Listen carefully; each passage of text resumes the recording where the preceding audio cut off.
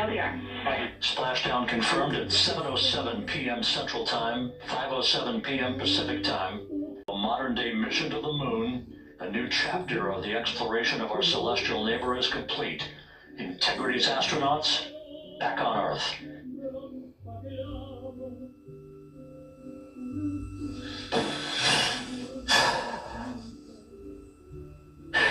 And the landing and support officer reports the vehicle is stable 1. We still will be deploying the crew module uprighting system to maintain that orientation. Back on Earth, bobbing there in the Pacific. Those astronauts once again feeling the effects of gravity.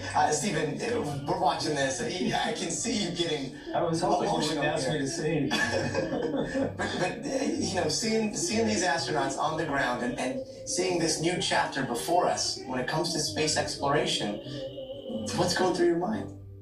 Yay, human race. Look at all the things that had to happen just right. You know, their entry window was about 1 degree. They had to hit that just perfectly, and everything we just saw had to happen perfectly. It did. They're back, they're safe. The unofficial splashdown time, 7:07 and 47 seconds p.m. Central Time. We'll get that refined for you.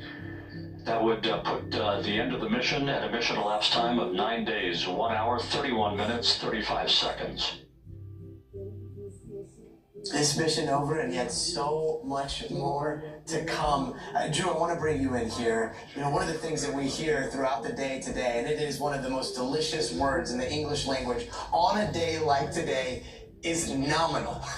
And we heard that again and again and again. It seems like all systems were go throughout this entire mission, with maybe the exception of the first few days in the head up there. But as we see these boats, these fast boats, make their way to the capsule, what's going to happen next?